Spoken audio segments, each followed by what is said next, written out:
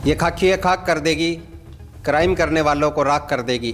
कितनी भी कोशिश कर ले क्राइम के ठेकेदारों, आपकी हर कोशिश सिरसा पुलिस नापाक कर देगी। नमस्कार, आप देख रहे हैं सच्चाई खाकी की। मैं मनीष वर्मा, कैमरामैन सन्नी सैनी के साथ। इस वक्त मौके पर मौजूद मैं सिरसा के महिला थाना में, और आपको बता देते हैं कि सन 2021 के अंदर रानिया थाना के अंदर एक शिकायत आई थी, और उस शिकायत के अंदर एक महिला से सामूहिक दुष्कर्म की शिकायत थी, जिसकी इन्वेस्टिगेशन ऑफिसर ASI दर्शना चहल, जो महिला थाना में पोस्टिंग है, ठोस सबूत और गवाहों को मद्देनजर रखते हुए आरोपियों को सलाखों के पीछे पहुंचाया, और इसके अलावा माननीय अदालत के द्वारा उनको अब 20 साल की सज़ा सुनाई गई है। जानते हैं संपूर्ण मामला, कितनी मेहनत करनी पड़ी और क्या मामला था, किस प्रकार से आरोपी तक पहुंचने में पुलिस कामयाब हुई, और अब शायद उस महिला को सुकून मिलेगा। तो हमारे साथ मौके पर मौजूद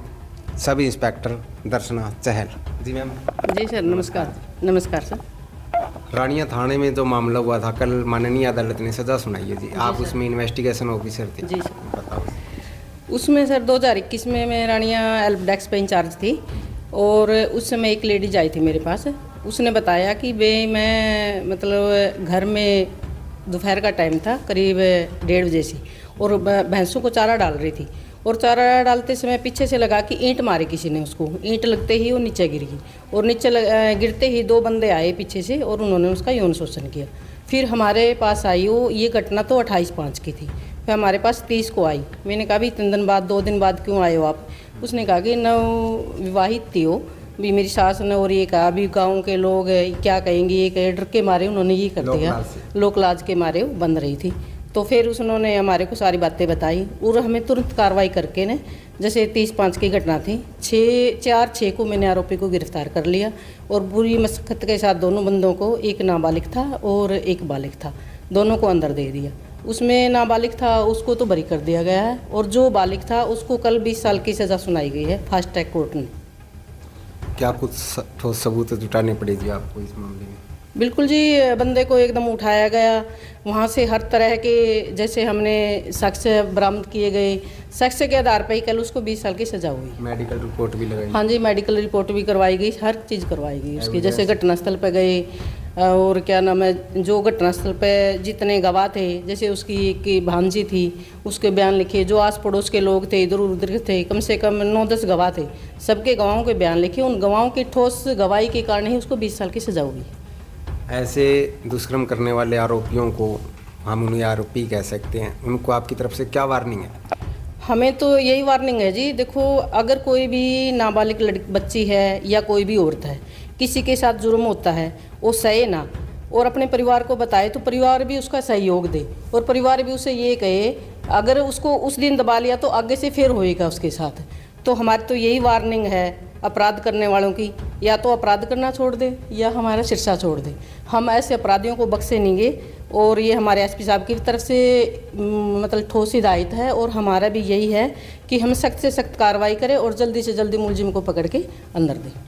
अब आप महिला थाना में तैनात हैं जी, इन्वेस्टिगेशन ऑफिसर के तौर पर जी, आप किस प्रकार के मामले ज़्यादा आते हैं जी? ये हमारे ज़्यादा तो जैसे लड़कियां शादीशुदा हैं, लड़ाई झगड़े के, और जैसे दहेज से संबंधित ऐसे आते हैं जी काफ़ी।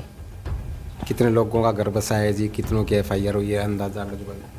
मेरे पास अब तक कब से कब कंप्लेंट आई होगी, 150 कंप्लेंट। उसमें से मैंने 120 घर बसाए हैं, और 30 कंप्लेंटों पे मुकदमा दर्ज कर दिया है, जो ना मानने हैं भी, जो बिल्कुल इतनी मशक्कत करने के बाद भी उन्होंने कहा है कि भी हमें मतलब कोर्ट से तलाक ही लेना चाहते हैं, ये हम घर ही नहीं बसाना चाहते। तो हमें उन वजह से कोर्ट में जो को तलाक लेना चाहती है, तो हमने कोर्ट में भेज दिया गया उनको।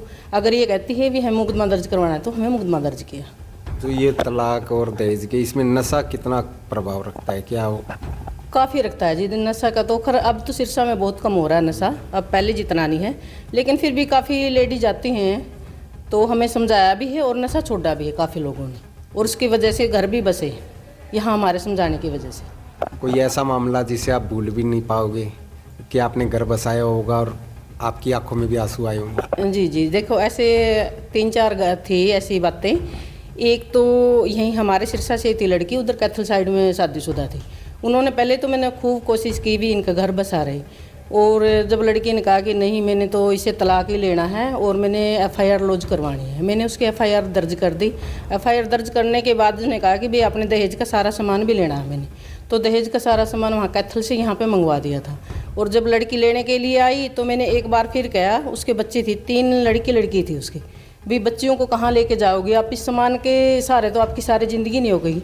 वो बड़ी पिंगल गई उससे, भैया आपने ये बात सही कह रहे हो और मैं सामान के साथ ही अपने पति के साथ ससुराल जाऊंगी। मैं उसी टाइम यहाँ या तो मतलब अलग अलग हो रहे थे या फिर एक हो गए, दोनों अपने उसी जिस कैंटर में सामान आया था उसी कैंटर में बैठ कर लड़की भी साथ में चली गई और हमने वो मुकदमा को कैंसिल करना पड़ा फिर। अच्छा जी, वो काउंसलिंग में भी काउंसलिंग में नहीं माननी थी, लेकिन उस सामान को देखा ऐसे, मतलब मेरे पास 2-3 केस और आए थे ऐसे ही, जैसे सामान मंगवाया और सामान को मंगा के फिर वो उसको ये लगा कि भी एक्चुअली में हमारा घर उजड़ चुका है। अब अगर हम सामान के साथ ही रहेंगे तो फिर हम सामान का क्या करेंगे, जब बच्चे को तो माँ भी चाहिए और बाप भी चाहिए, जब बच्चों को बाप का साया उठ जाएगा तो बच्चों को हम कहाँ रखेंगे।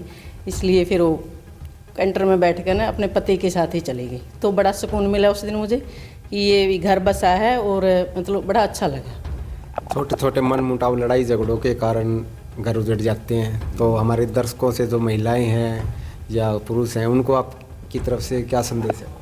हमारी तरफ से यही संदेश है जी, देखो घर मत उजाड़ो, बच्चों को तो माँ भी चाहिए और बाप भी चाहिए।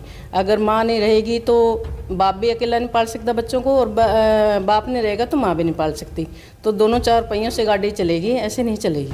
तो मेरा तो यही संदेश है, मिलजुल कर रहे, जो नशा है उसको छोड़े और घर है उसको अच्छे से बसाए। छोटी छोटी तो मैं तो घर में होती रहती हैं, तो लेकिन उसमें तो मैं से मतलब अपने गृहस्थी को ऐसा ना करे भी हम कोर्ट कचहरियों तक ले जाए। तो दोनों मियाँ बीबी को समझ के और क्या नाम है अपने बच्चों को देखते हुए, उसके फ्यूचर को देखते हुए, उसकी पढ़ाई को देखते हुए मतलब अपना घर बसाना चाहिए। मेरी तो यही आम जन से रिक्वेस्ट भी है और प्रार्थना भी है, अपील भी है। बहुत बहुत धन्यवाद जी आपका। तो देखा आपने, हमारे साथ मौके पर मौजूद सब इंस्पेक्टर दर्शना चहल, जिन्होंने एक आरोपी को 20 साल की सज़ा दिलवाई है ठोस सबूतों के आधार पर, और सज़ा 20 साल की सज़ा के साथ 1,20,000 रुपये के लगभग जुर्माना भी, और जुर्माना ना भरने की एवज में 2 साल अतिरिक्त कारावास भुगतना पड़ेगा।